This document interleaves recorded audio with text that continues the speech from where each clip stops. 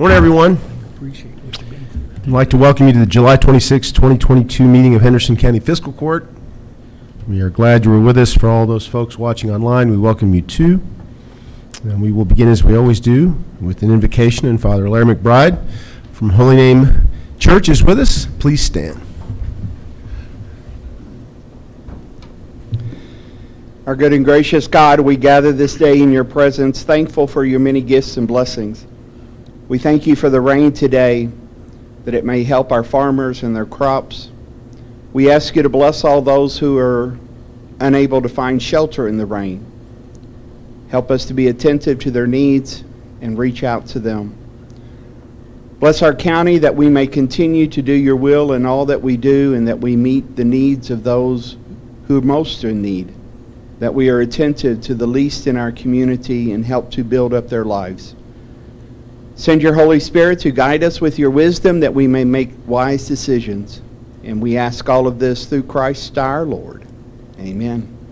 Please join me in the Pledge of Allegiance. I pledge allegiance to the flag of the United States of America and to the republic for which it stands, one nation, under God, indivisible, with liberty and justice for all. And Father, before you take off, I did want to say, for the good of the court, Holy Name spent the last 2.5 years probably trying to refurbish and restore both the exterior of the main building and interior pieces, and that is finally done, and it looks fantastic. I don't know that the church has ever looked better, and it is one of the more prominent buildings in the community, so congratulations. I know it's been Thank you very much. little bit of a test with COVID and getting all that done, but great job. Looks awesome. Thank you very much, Brad. You too. Mr. Clerk, would you please call the roll? Manager Putman. Here. Manager Moran. Here. Manager McCollum. Here. Manager Berry. Here. Manager Southard is absent. Ladies and gentlemen, you have in your packet the two pairs of minutes, one from the regular July 12th fiscal court meeting and one from the special called meeting of July 14th, where we further discussed the administrative code. After a period of review, I'll entertain a motion to approve both those sets of minutes. I'd make a motion to approve both sets of minutes. Second. We have a motion and a second. Any other corrections, clarifications, additions? All those in favor say aye. Aye. Any opposed? The proclamation we plan today, we're going to have to delay that until August, so we'll jump to the public hearing to close out the CDBG grant for 2022 for the Warm Center. I'd make a motion to go into the hearing. Second. We have a motion and a second to go into public hearing, and we have with us Taylor Burkett from Green River Area Development District. And Taylor, you want to walk us through the closeout here? Sure. And also, while I read this, if I could get you all to sign in. I know. Just for my records. Taylor, before you begin, do you promise to tell the truth, nothing but the truth? I do. Okay, thank you. Okay, so I'm going to start out with the Women's Addiction Recovery Manor 2021 and 2022 closeout. The purpose of this meeting is to provide information regarding the closeout process for the Henderson County Regional Recovery Community Development Block Grant, or CDBG, project for the 2021-2022 funding cycle. The Women's Addiction Recovery Manor has been in existence for 13 years. The center houses over 100 women on a daily basis. CDBG funds of $190,000 were utilized to pay staff salaries, as has been done since the center opened. Funds used for the original construction of WARM consisted of low-income tax credits, home funds, affordable housing trust funds, and funding through the Federal Home Loan Bank of Cincinnati. Funds used to house the women and pay utilities include funds from the Department of Corrections and Section 8 vouchers. With this being said, are there any comments or questions from the court or the audience concerning the closing of the 21-22 round of funding? Would you state your name for the record? My name is Taylor Burchett. And where do you work? I'm with the Green River Area Development District. Okay. Thank And you, you oversee, Green River oversees the grants? Correct. Any other comments on the closeout? I'll ask a third time. Any other comments? So, is that all we need to do for the closeout? For the closeout, yes. Okay. And then we have the, And do we need to take a public vote for the closeout outside of public hearing?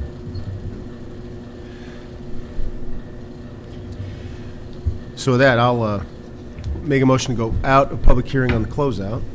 Second. We have a motion and a second.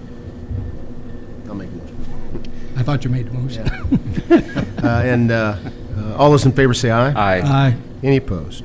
Now we'll go back into public hearing for the 2022-2023 CDBG grant. Can I get a motion to go into public hearing, please? So move. Second. We have a motion and a second. All those in favor say aye. Aye. Any opposed? I'll swear you in again. Promise tell the truth, nothing but the truth. I do. And state your name and position. Again, I am Taylor Burchett with the Green River Area Development District. Okay. And now I'm going to do the public hearing for the new application cycle.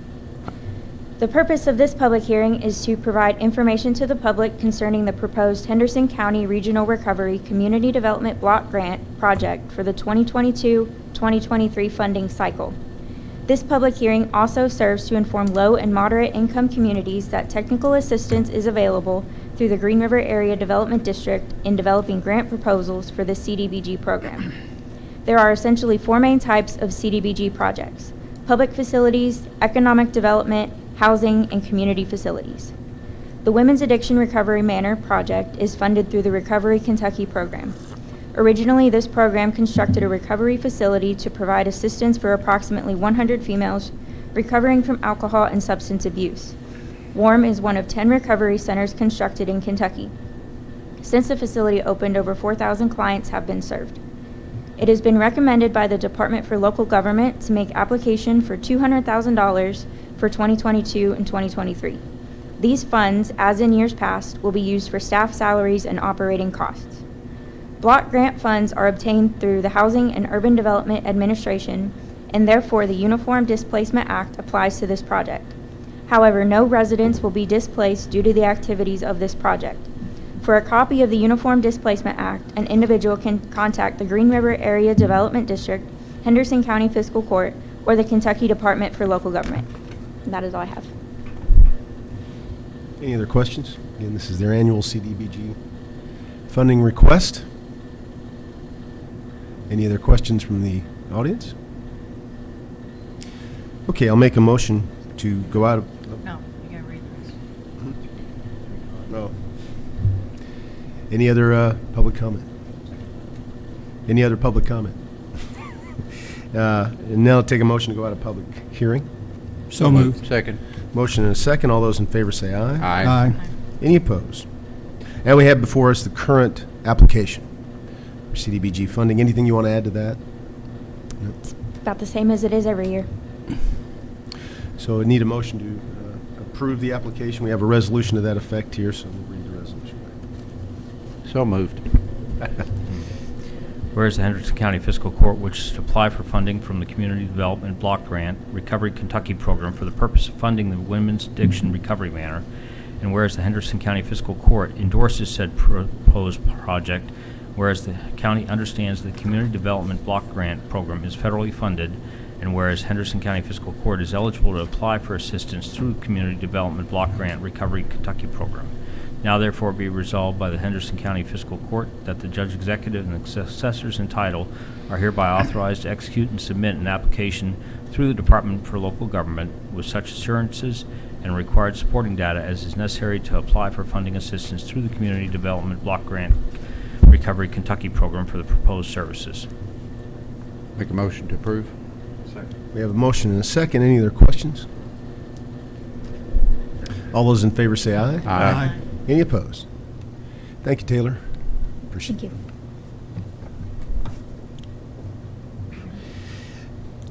Next, we have some recertifications for conservation districts, and you see the documentation in your packet. And after you've reviewed those, I'll entertain a motion to approve those recertifications. So moved. We have a motion and a second. Any other questions? All those in favor say aye. Aye. Any opposed? Next, our animal control reports, and Kendra. Thank you for being here. So first, I failed to kind of do this last month, so I apologize with everything else on the agenda that I had. We voted on new officers. Teresa, I think, sent you all an email that she's phasing out. Amber Hertigan, that works for Renisa in the clerk's office, has taken Teresa's position. Teresa's still very much involved and is helping Amber through that process. It takes a little bit to get there. And then Stacy McCord Crooks will also be the secretary now, since Amber was our secretary prior. So I will send all that in an email with our year-end report, which I should have to you by Friday. With that, we did very well financially this month. I've kind of made sure that they're using funds wisely. So, I mean, obviously gas has been an issue. It's gone up, like crazy. So that didn't really help much, but vet bills have gone down. Return to owners have gone up. City county tags have gone up since we've done that online. I sent the proposal for the new increase on city county dog licensing. I know Kurt, I think, forwarded to everyone. And I also included some pricing from surrounding counties so that you could look at that. We had 109 calls this month, mostly welfare checks, or last month, mostly welfare checks. 31 strays, so that's really gone down. The strays coming in has kind of gone down.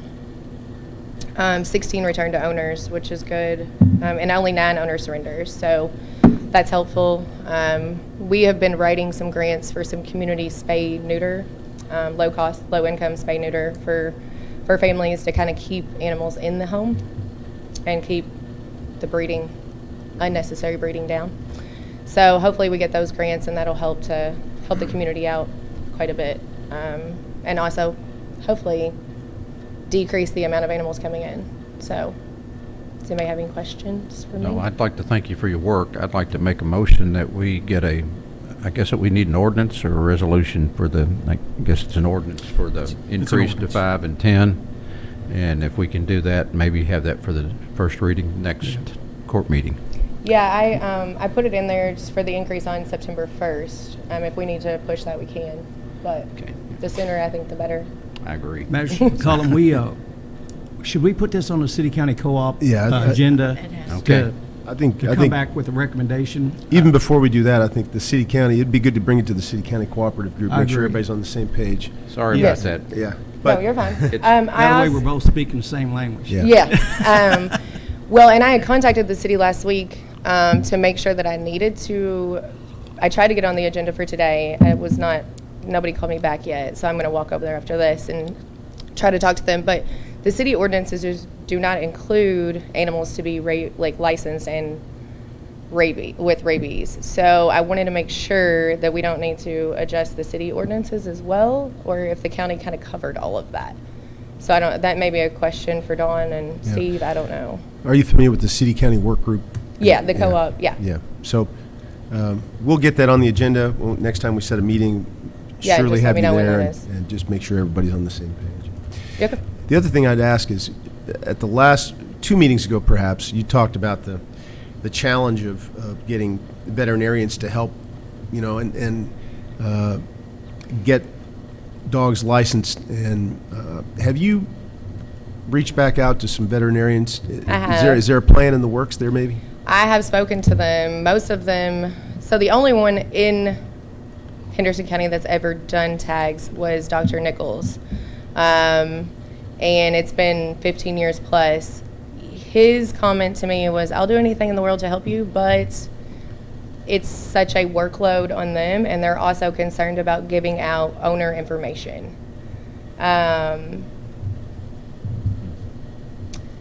We're still going back and forth of trying how to, I guess, alleviate him giving out owner information and also distributing tags. Because previously they would send them straight to the state, 15 plus years ago, instead of locally governing them.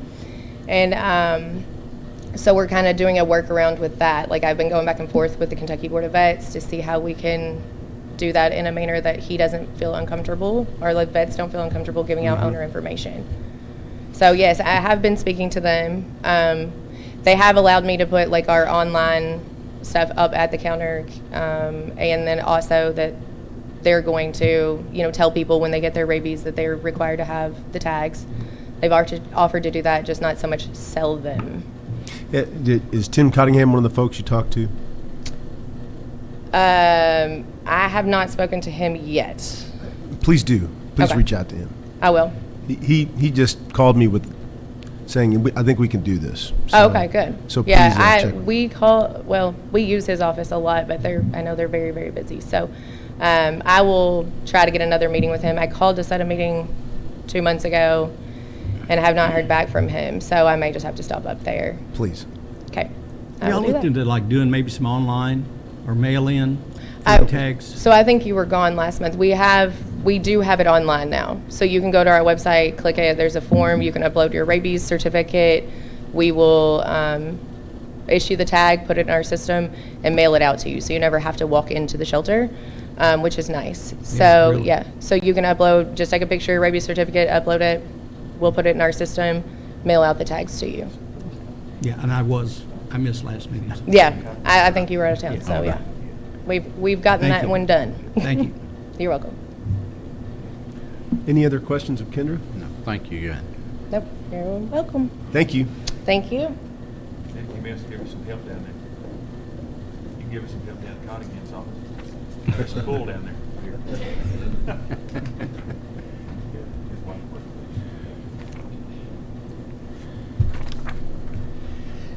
Next, we have the annual reports on reconciliations for the jail's canteen and inmate accounts. And representatives of the jail, come on up and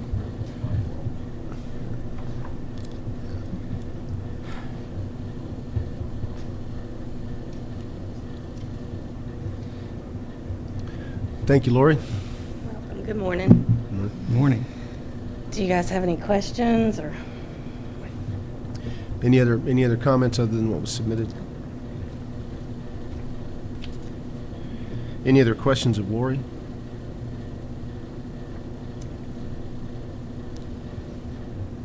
Entertain a motion to accept the canteen fund I'll make a motion to submission.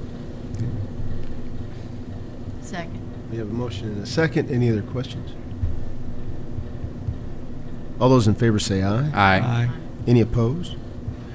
And next, we also have the inmate trust account reconciliation. Any other comments on that? Any questions? Move to approve. We have a motion and a second. Any other comments, discussion? All those in favor say aye. Aye. Any opposed? Thank you. Thank you.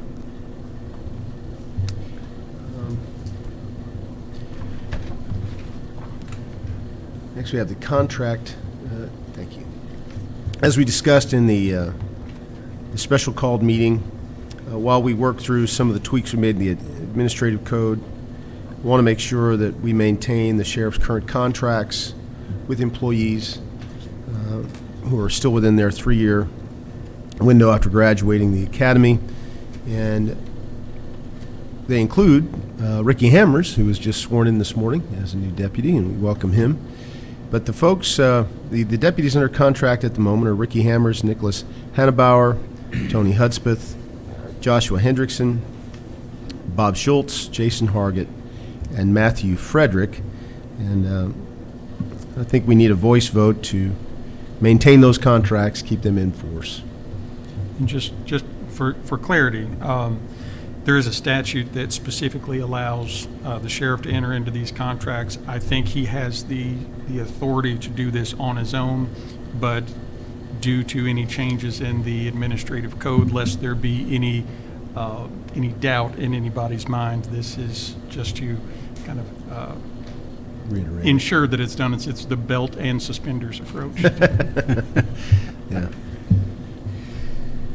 So with those names I just mentioned, the deputies I just mentioned. And again, a motion to reaffirm those contracts. So moved. Second. Motion and a second. Any other questions? David, anything you want to add to that?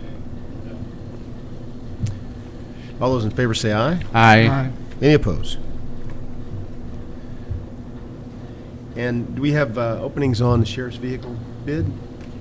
We have a single one?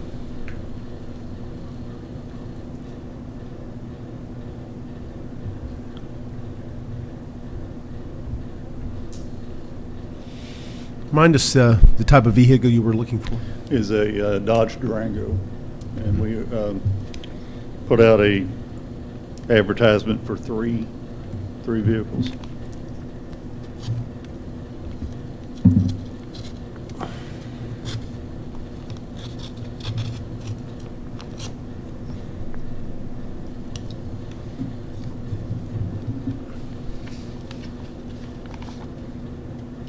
This is from Don Franklin in Somerset, Kentucky.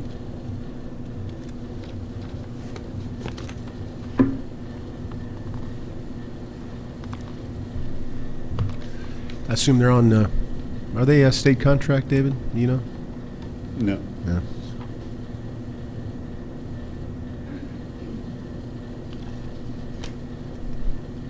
So for the three vehicles, 2022 Dodge Durango all-wheel drive V8, $113,865. And you're buying three? Yes, that's for all three. I want to review that and bring a recommendation back to us. Okay. Okay.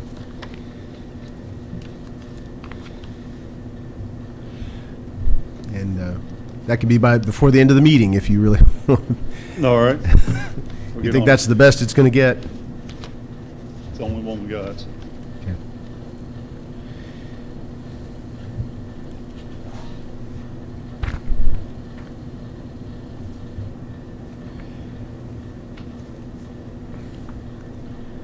We also have the sheriff's tax settlement statement, the annual report for 2021 in your packet. David, anything you want to add to that?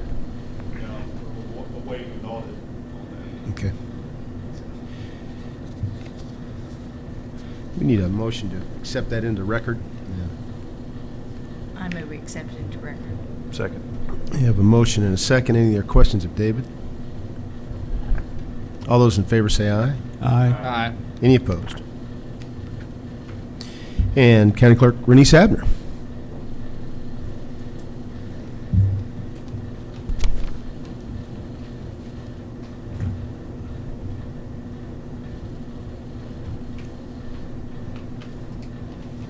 Good morning. Good morning. Today I have the calendar year second quarter totals and the 2021-2022 fiscal year totals of payments submitted to the county. Very boring, sorry. For June, excess fees in the amount of $137,172.57, with a total submitted to county $189,643.16. Quarterly, in excess fees, $377,124.12, with a total submitted to county $536,170.10. Comparing the same quarter in 2021 to this quarter shows a decrease of about $68,000 in excess fees. That's due to the usage taxes down, as well as the total number of recorded documents. So of that usage tax, we keep 3%. So just a little kind of FYI there. And in the 2020-2021 fiscal year that just ended, we submitted $2,158,883.99 to the county. And that is a decrease of about $100,000 compared to the prior fiscal year. So, and that's, I don't know, it's just everything was down. I don't know if people are maybe hanging on to their vehicles a little longer and not buying the new ones and paying the usage tax. Ad valorem it's a little bit down, but the recordings are down as well, so. If you look at, like, what used to be Dimplewolf's, there's no cars in the lot. I mean, Yeah. it's just like empty, so I think maybe be a supply chain problem. Cars are Right. more expensive. Yeah, I think people are hanging on to what they have Yeah. for a little bit, so. But and this kind of reflects that, so. You get a motion to accept. So move. Second. We have a motion and a second. Hang on a second, Lisa. Motion and a Okay. second. All those in favor say aye. Aye. Any opposed? Well, if you wouldn't mind, for the good of the court, Yes. there was some clarification made in the General Assembly about the fee increases they enacted 2 sessions ago and what those monies can be used for. In the past year, they accrued to the general fund, all those increased fees. But apparently that wasn't the intent. It wasn't the intent of the legislature, but it wasn't spelled out clearly in the law. So the auditors, said that you can't really, well, let me just go back. The law, it has to do with a $10 storage fee that is attached to recorded instruments. So when a consumer comes in and they pay for recorded documents, there's a $10 fee on most of them. And that the legislature intended for that $10 fee to be able to be used by the county clerk's offices to modernize offices, meaning e-recording, scanning digital instruments, and making those available to the public. Going back, the ultimate goal is 60 years worth of documents, mortgages, liens, deeds, all of that, and providing it to the public through a portal or a website. So a lot of counties are in need of a lot more scanning than we are. I mean, we're okay. I am going to ask for a grant in order to meet the 60-year requirement on some of our documents. But we're sitting okay. We are constantly working on back scanning and imaging. But that was the intent of that $10 fee. But since the law was not clear, that went into the general fund. And it amounted to about, I want to say $95,000 or so. But now the law is very clear, and that money will be going into an account that's just for the use of county clerk's offices in order to get to the goals that are established in this law as far as modernization. And it can be used only for recording. So digitization, scanning, indexing those documents. We already do e-recording and have for a couple of years prior to this law. So we're already there with e-recording. But that's what the purpose is. But as a result, it's going to not reflect in the general fund. Right. It's going to be in this separate account. And the bills, actually, I will submit to the treasurer for payment, but it doesn't have to go through court. So it's just going to reflect on the statement, the revenue. So if I record a deed and you Yes. charge me $10, that goes into this special account, but it's just for your office, not for anybody else around the state. If That I- is correct. Okay. Yes. And that's 95,000 approximately that won't be coming to the general fund this fiscal year. So- Yes. So expect Right. that. And before budgeting, I talked with Brad and also with Judge and also with Brenda to tell them, that this has passed, this session, and then it would go into effect in July, so. Your office has been ahead of the curve on most of this. In fact, you already have a portal for people to be able to get online and see. We do, and I'm working on part of that money that's going to come in. I'm working on allowing more access to the public for that, because right now it is a subscription-based service. So I am, wanting to get enough of that money because it does accumulate. Unlike, the budget, it can accumulate like a savings account, because some counties have needs of greater than what you can accumulate in a year's Right. time. No, I like your idea. So- I like to accumulate. Right, And- yeah. So, And right now, that title searcher portal that you've got goes back how many years? It goes back pretty far already. It does. It's, I believe 40. Yeah, so it goes back a good ways. But we do have a deadline in 2026 of 60 years. So I am going to have to make, get some bids and things, because we have some documents scanned, they're just not indexed. So, and that money is able to be used for indexing under the law, so. And that's scanning and digitizing by having that when a title searcher can be at their office on their computer performing a title, that hopefully will mean lower costs to the consumer, say when you're refinancing your home or buying a home or something like that. So that's an important thing, that Right. in addition to preserving the documents historically, Yes. it's something that hopefully will lead to lower cost. Right, for people and that it's are- important, when we went through the pandemic, we all learned how You think much attorneys it's are gonna lower their fees? important to have records and services in our home. So I think it's a really good thing to pursue, and the legislature did too. They knew it was important, and they passed us, so. Thank you. Thank you. You're for that. welcome. Any other questions about it? No, thank you. Okay. Thank you. Thanks. Mr. Gold, your report. Judge, I've got several checks today. First is dental and life insurance payments, $306.24, $13.89. Health insurance, $6,530. Aflac, $204.42. $60 in jail fees collected. Interest, $7.44 and $3.80.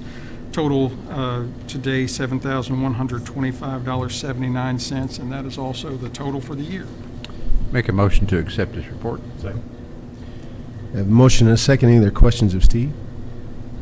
All those in favor say aye. Aye. Any opposed? Thank you. Treasurer Ryder, I'm going to start off your section with a budget amendment, and this is to amend in grant funds. If you recall, a little over a year ago, we won a DRA grant to help Watch Communications upgrade its equipment in Henderson County to provide more coverage for people who are interested in wireless internet. And they have completed that. They are in the process of closing that out with DRA, and in the meantime, it's our responsibility to accept the funds and then pay them out. So we're going to amend our budget to reflect that. Am I characterizing that correctly, Ms. Ryder? If you want to add anything there? No, I think that's, This enables us to go ahead and pay them. That's what this and it amendment is a pass-through Yeah. of funds. Yeah, so you want to read it as you need to? This is the first reading of Budget Amendment Number 1 for fiscal year '23. The total of this amendment is $308,817.71. Both of these transactions that are involved are carrying forward from the previous year to the current fiscal year. For revenue, increasing revenue from the general fund prior year surplus of $74,317.71. State grants fund prior year surplus of $306,500. The accompanying expenditure accounts: general fund, ARPA fund distributions, $74,317.71. State grants fund, Delta Regional Grant, $306,500. The total of this amendment's $308,817.71.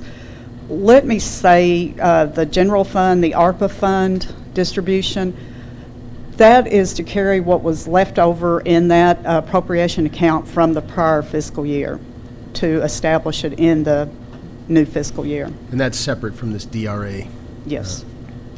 funding, so. Make a motion to approve. Second. We have a motion and a second. Any other questions? All those in favor say aye. Aye. Any opposed? Thank you. And transfers. Okay, you have received your cash transfers. These are budgeted transfers, transferring cash from the general fund to the road fund, from the general fund to LGEA fund, from the general fund to economic development fund, and these are budgeted for the new fiscal year. I move to approve. We have a motion and a second on the transfers. Any other questions on those? All those in favor say aye. Aye. Any opposed? And claims? Your bank balances after paying claims today, you have received that, and the day-to-day appropriation lines should be at approximately 8%. I do have additional claims.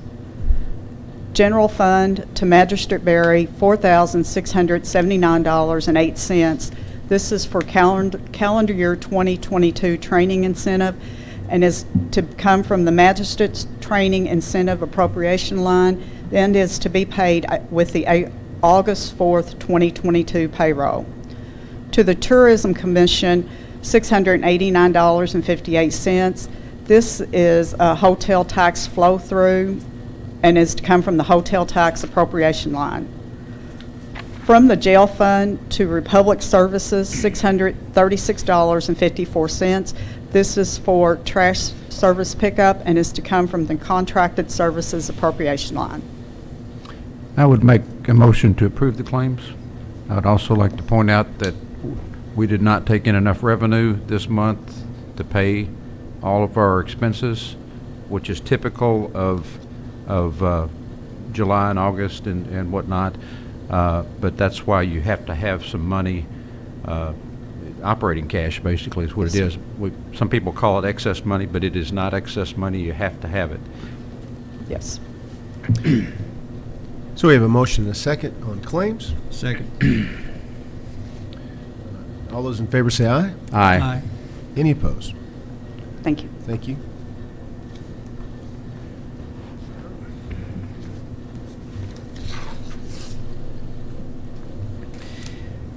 Under old business, Treasurer Ryder, right after this meeting, I'd like you to meet with myself and Magistrate McCullum to map out a strategy for readjusting the financial summaries that we get to include his request to break them out by department. So right after that, we'll get that done. Figure out a way to get that done for next meeting, or for at least the second meeting in August when we have the summary given to us, as is typical. So right after the meeting. Is that okay? Can you stick around a little bit? Okay. Another bit of. Does anybody else have any old business before I go into a couple items that popped up? If you can recall, in the past we've talked about perhaps utilizing solar panels on top of the Judicial Center to augment its electricity. The city utility HMP&L offers a discounted rate for establishments that utilize solar power to help feed their electrical needs, and the Judicial Center is very inefficient, and we've reached out to a company called Amerilight, which have done several projects here in the community to put solar arrays on rooftops, take advantage of this cheaper rate from HMP&L, and they are in the middle of doing the HWU facilities, water utility facilities, and several others in town, including they're looking at doing a couple schools. I talked with Bryce Vincent, representative of Amerilight, about the Judicial Center. And one of the knocks against solar projects is there's a huge upfront cost.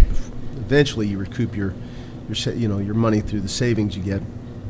And I asked him to put together a plan that would be a lease agreement where we wouldn't have to buy the equipment up front, where we wouldn't have that big upfront cost, but we would lease it over a period of 10 years. And the lease payments we would make would be counterbalanced by the savings in electricity costs. Just to give you an example, our annual utility bill across the street is well over $100,000. Here, it's only $30,000 in the neighborhood. I mean, it's a huge difference. And as you know, we will soon be taking full ownership of that building within the next 2 years. 2 years, yeah. So those electrical bills are going to be on us. All the other maintenance things will be on us. So because Amerilight was willing to craft a lease deal for us, I wanted to go ahead and put this out for bid. I think that the sum total of the cost over 10 years will be over $30,000, so we probably need to bid this. But I wanted to ask your permission to go ahead and put it out to bid. We have a spec from them that they used for Henderson Water Utility. And the gist of the lease agreement is that they would own the equipment, they would install it, maintain it, we would pay them a monthly fee, and we would realize the savings against this electric bill that we get every month. And see how it goes for a while, see if we're actually realizing those savings. And the lease agreement would allow us to exit the contract if we were not satisfied. And again, we don't take ownership of that equipment, we don't maintain it, they do all that. After 10 years, I think we would have the option to buy and keep on going. That's kind of the gist of the lease agreement. I think it's a good one for municipalities because you don't have the upfront cost. We don't have to do anything other than I'd like to go ahead and bid it out and see if there's anybody out there besides Amerilite who'd be interested, and then see what the results of the bids are, and then move from there if we want to. I'm not obligating the fiscal court to anything. If everybody agrees with this and likes the idea, I want to get the bid process done and see who I'll are. make a motion to let Brad go ahead and go out for bid for that. Yeah. Second. Motion and a second. I think it'll be very interesting to see what pops up. It will be. Now, the deal where they really make their money is the 22%, I think it's 22% tax credit that they end up getting by virtue of buying the equipment and owning it. That doesn't benefit the county because we don't pay taxes. So I'm not sure if there's another way of doing that, but I mean, it's pretty significant when you do that, and you can get that tax credit is pretty nice. Of course, the swap there is we don't have the big upfront cost. Right. And we're not stuck maintaining it. Right. We don't get in the solar business. Shouldn't be really a lot of maintenance for the next 20 years if it works. I mean, One thing that I just want to make sure as we look at those bid specs and any potential lease, I just want to make sure that there is something that deals with what happens at the end of the useful life of the panels. Right. Because we are going to own that building long term. We collectively as a county, maybe not those of us sitting here, but it's something to think about. And whether we get to own them after the fact or after some period of time or whatnot, they do degrade. But even after 20 years, they're still probably 60% effective and might still be of some value to you. So that's. And I believe one of the other options is we simply renew the lease, keep on going. So, but I'll bring that to court, and I'll work with Steve on massaging the spec to reflect our needs. And I could use the tax credit. And again, this is particularly helpful because HMP&L has this rate at the moment, so that may go away. You never know. I believe the HMP&L has a cap on the amount of these that they're going to do within the community, and they're approaching that cap. They're approaching that cap, and we've already filed something with them to kind of get in line. Save our space. Essentially save a space in line, but it is capped, so it's somewhat time sensitive. So we have a motion and a second. All those in favor say aye. Aye. Any opposed? Thank you for that, and we'll get on it. The other thing is I got a message yesterday from Abby Dixon, head of the Tourist Commission, and she has had two members of her commission who have a rolling offer have asked to step down. One is Jeff Troxel, great friend, been a good member of that commission for quite some time, and the other is Supan Shah, who owned the Sleep Inn on 41 Strip, and he has sold the hotel and is moving to Louisville. So they need a couple board replacements. I talked to Abby, and she has suggested two people to take those positions to us as appointments. One is Krista McGann, who is an executive assistant now at Ellis Park, and great lady, Henderson native, Henderson resident. And Abby thought it was important that Ellis Park have a seat on their commission, being one of our major tourist attractions. Made a lot of sense. And the other person she suggested is Dee Patel, who actually bought Sleep Inn from Supan Shah, and Mr. Patel has just moved to Henderson, and She said he's very enthusiastic about getting involved in the community. And of course, they're funded in part by hotel taxes, so it's important to have hotel owners on the board. And for clarification, statutorily, they do have Right. to have a certain number of hoteliers on their Right. board. So it's, This maintains particularly that. with that one, that particular position, it's got to be a hotelier. I'd make a motion to approve or accept Brad's Okay. nominations. Second. We have a motion and a second. Any other questions? Thank you for your forbearance there. You may want to point out, sir, these are joint appointments with the city. City. So Okay. it'll be up to the city also to make the same recommendations. That's, And we will let Abby know that we went ahead and accepted them. So we have a motion and a second. All those in favor say aye. Aye. Any opposed? Thank you. Okay. Anything for good of the county? Nick Stallings with the sheriff. Want to do something for good of the county, please? Just that we reviewed the bid on the vehicles, we found it acceptable. Want to go ahead and it's a budgeted item. Yes. I wonder if we need any action from the court on accepting the bid, I guess. just in case, I'll make a motion to approve or Yeah. accept. We have a motion and a second. Any other questions on that? All those in favor say aye. Aye. Any opposed? Thank you. Go get them. Nick, anything from Road Department?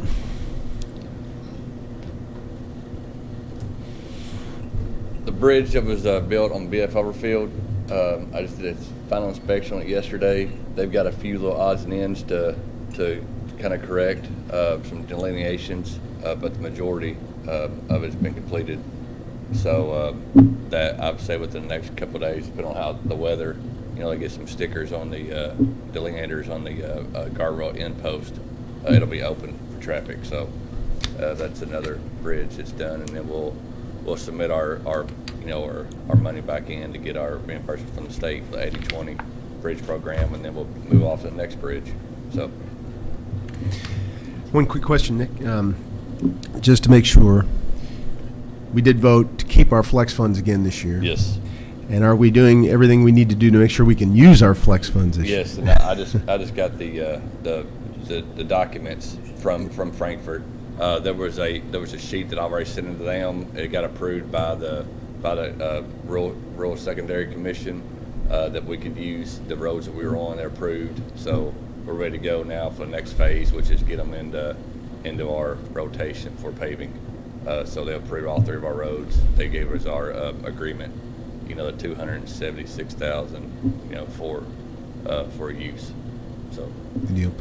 And our plan is in August is to amend in the ARPA funds that we want to use to augment our paving Absolutely. and rocking activities. So be expecting that. And I think Master Sutter has already reached out to all of you for maybe a little added money to make up for the inflation we're experiencing now to try to keep as many miles of road paved as we had last year. Yes. Yes.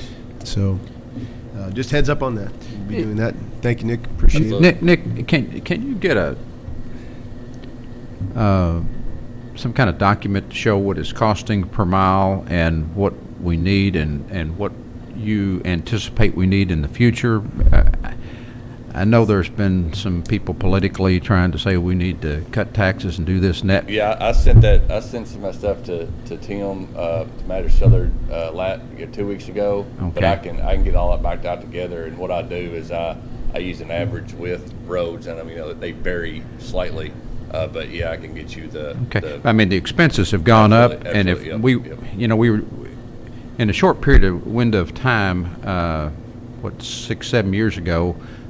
We were only putting $600,000 down, and we went from like almost 90% good down to 70% when they did that road survey.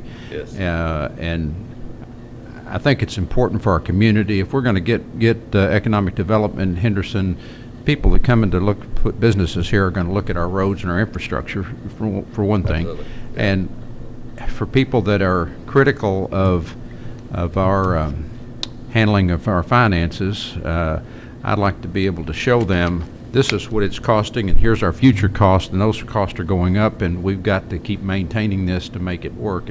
Just Absolutely. I Okay. can. Yes. can share that with all of us, or send it to Kurt, and he'll pass it around. Got it, I will. Thank you, Nick. Thank you. Thank you, Nick. Anybody else from the audience for good of the county? Master Moran, something for good of the county? I really wish I had a lot. I'm glad to have the rain, of course. But no, I think all's well in the second district. Master Putman? Thank you, Judge. Just first, everything's good in Fourth. Last night, I believe I seen you leaving the open house at Jefferson School. I was unable to attend, but man, from the comments you've seen on Facebook and my neighbor and them, they said that was just really fabulous. I'm looking forward to actually going in there and touring that. But Really was. yeah, big crowd. It's about the safest school in the state of Kentucky. Mm-hmm. So the children that's going there are very fortunate. All's good in Fourth, Judge. Thank you. Thank you. Master McCullum? All's pretty well in the Fifth. I'm getting all my roads washed off, and my ditches are being cleansed out, and so we're in pretty good shape. Thank you. Master Barry? Thank you, Judge. Maybe I can get some of your blacktop, move it out to my district. We need it. Yeah. Well, no, Judge, I'm in pretty good shape. Nick and I had the opportunity to be with Nick Thursday. We looked at some of my roads and a couple other small projects, and that went well. And it's a pleasure working with Nick. And I think as we get the blacktop down, we'll be better. And with the rain, crops are doing better. Grass is growing, that's for sure. And I think we're pretty good in the first. Thank you, Judge. Could I say one more thing? We talked at our budget meeting yesterday, and I don't want to try to do anything behind any of your all's back or whatnot, but I think I'm correct. We as a court have to approve our expenditures. And when I first came on as county attorney, each magistrate was able to control the road department, moving equipment. Which is not right. They shouldn't have any power when we're not in session. I think that is correct. And slowly we changed that. When Hubiak came into office, he said, "Look, I can't operate like this. I'm not going to move the grader from Smith Mills over to Spotsville and then move it back again to finish the job and do this kind of stuff." And we got it down to where the road people that have roads are deciding what roads to blacktop and whatnot. And I have no real problem with that, other than I think that needs to be brought back to the entire fiscal court after they've decided, and then the whole fiscal court needs to approve that expenditure. If I'm wrong, you tell me, but I think that's the way it was hard enough getting the magistrates to stop wanting to run the road department. So I just think that needs to all come to the fiscal court as a whole group, because it takes the whole group to make those decisions. I hope you all know that I am show for. people how many roads are actually paved and Right. where they are. Right. I think if you wouldn't mind me summarizing what you'd like Sure. to see, Nick, for Nick's appreciation. When you finally develop the paving plan for this year, Yes. just bring it to court and submit it to court. That's basically Yes, it. and what I was wanting to do is kind of bring what I did when I was with the highway department with the rural secondary recommendations. Same thing to you all. I understand, each magistrate's got kind of their projects they want to see done, but hopefully using my ability too is that we can because this is not a 1-year deal, it's a long-term deal, so we can work with each other, and that way I can start putting together a map saying, District 1, District 2, District 3, this is what we're paving, so everybody can see it. I know that way you can see it, and then you also can see what we're doing. And then plus it'll go out on the record, and the residents of Henderson can kind of see, well, why was I paid this year? But they can start seeing a path, a motion, method of the madness on how we're going to get things paid to the county. Hopefully, we can kind of drop asphalt prices as we start moving through the county and selectively paving things. So yeah, I agree with you, and that's what we want to do. Well, and just be clear, that has been happening, especially over the last 7 years. And they've been working on that, and I know that, but we didn't. But just bringing that initial plan to us, so everybody sees, and is that, I don't think that's a big deal. Yeah, and then that way we can kind of do our our for sure paving, our wish list, that kind of thing, so that way everybody can see what we're trying to pave, and that way we can start looking towards next year, so that everybody can see, progress. Yeah. Well, and this is sort of an aside, it's something I hope that we can get accomplished. Maybe, I won't be here next year when we do the redistricting. Of course, I personally thought, back in 1963, our county was illegally, we had 400 people in the Geneva district and 4,000 people in the city district, and that was unconstitutional. And the people in power wanted to stay in power, and so they redistricted this and put 2 city magistrates with no roads, no ditches, no nothing. I think that was wrong. I think it was illegal. I've tried to get that changed with the commissioner form of government, although I failed with that. I hope next year you all will consider going to 4 magistrates, cutting out my position. I wish I was going to be here to do that, but that would give you an uneven number. This court has gotten along fantastically and been really good, but in the past we've had the 3-3 tie votes on the budget. We had 3-3 tie votes on the Hills rezoning, which resulted in a change in the law where if you don't take action within 30 days, it goes into effect automatically. But I hope that the court will consider that next year when we do our redistricting to change what I think was done illegally years ago. Thank you, Nick. Absolutely. Mr. Gold? Well, I was just thinking about, the roads and the fact that there always has been a plan and long-term planning, but I do think that presenting it kind of like Nick used to do with rural and secondary roads makes sense. His PowerPoint skills, I would dare say, are better than Bill Hubiak's, who I don't know knew how to open PowerPoint. So I think that would be something useful for everybody. And the idea, kind of building on what Magistrate McCollum said, is the fiscal court. It's a strategies versus tactic thing. The fiscal court sets the strategy, and then we have pros like Nick to figure out the tactics of how to make that happen and achieve those goals within the budget and set those things that are set by the fiscal court. It's kind of like the fiscal court's the general that says, take this hill, and then they have good,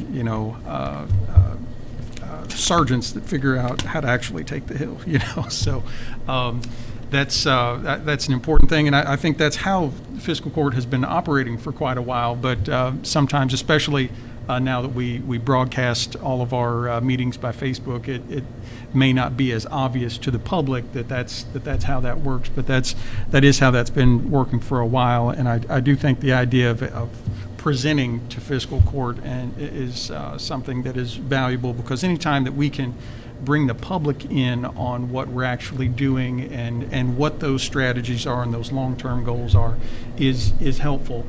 Even if it's something that everybody knows, I think there's value to the presentation of that, and making sure that everybody knows where that goal is, so that we can all have our eyes on that together. So I think that makes a whole lot of sense, and I think not just in the road department, but I think in all of our departments, that's something that we can do that would be helpful to the community and helpful to the court. So that's something that I'm going to do some more of going forward. And, I think we should all kind of look at that, because there are a lot of good things going on that a lot of people don't know about in county government, like what Renice has been doing for years about all the digitizing and things like that. She's got some pretty exciting things coming with that dedicated funding coming to that. That's going to make for some real opportunities there. So I think that's a good idea.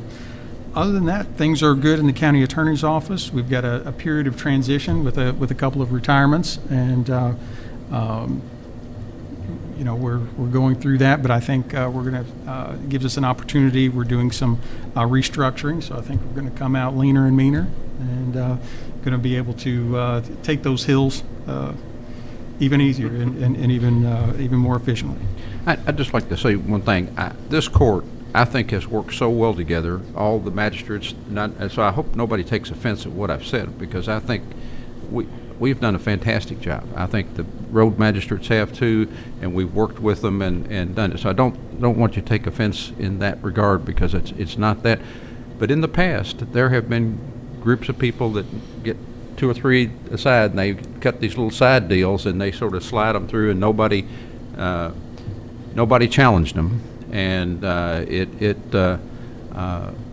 it shouldn't have been that way. And I just don't want us to go backwards. I hope that everybody that's here, except me, will be back in office in next January and can continue your work. Well, to add to it, Mr. McCullum, that the transparency thing, I think this court's been very transparent. It has been fantastic. We're very open. Yeah. And it all happens right here. So transparency has been fantastic this court. I think you know that it wasn't always that way. I think I know what you're saying. Thank you, and thank you, Mr. Gold.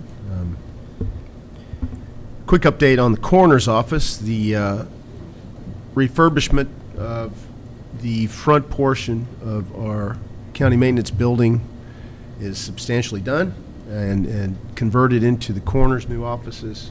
Took a couple magistrates on a tour yesterday. I think they understand that it's going to be a good working space for the coroner and his team. Much more room than they have ever had. The devoted working spaces for the deputies are comfortable and functional, and they have enough room to completely operate inside that garage. They can pull the van all the way in.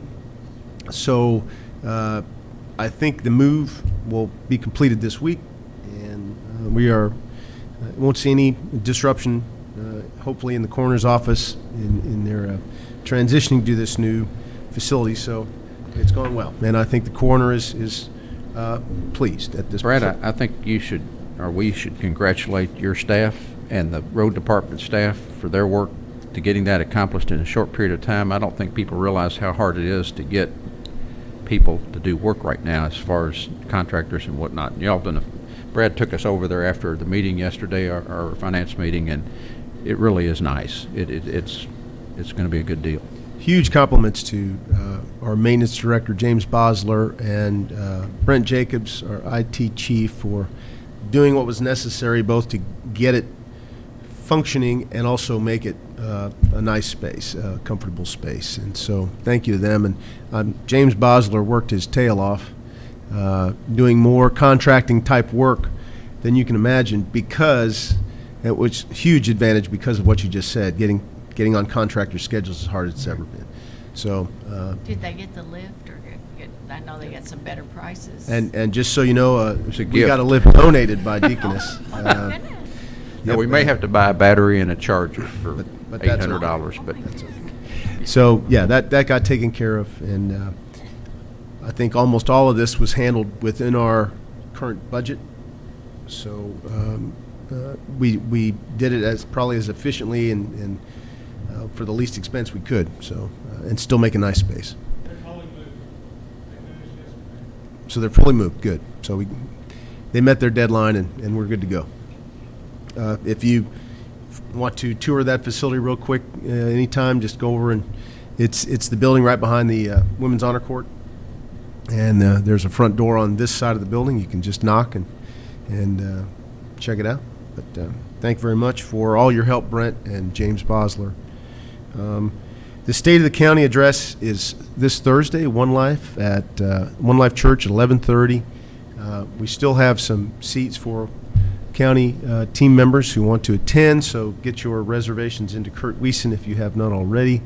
We're going to have a couple new announcements at State of the County, which will all be good, and obviously we've had a very interesting and impactful year across all of our departments, and we're trying to summarize some of that. As you know, I don't have an hour to speak. They only give me a half hour. I could talk for hours about how great our team is, but they limit me. So we'll do the best we can there. But you're all invited. Please get with Kurt if you need an extra seat or two. So with that, I will. We're going to have a little cake and punch, little reception for Bill Hubiak tomorrow at 2 o'clock here in the fiscal courtroom. If you want to come by and say hi, and see how he's faring, being a retired gentleman. Can we have a roast? I'm sure that'll veer any way you want to take it, Charlie. The mic will be, we'll turn the mic over to whoever wants it. But, 2 o'clock tomorrow, it's kind of our official send-off of Bill. So I'll entertain a motion to adjourn. Second. We have a motion and a second. All those in favor can leave.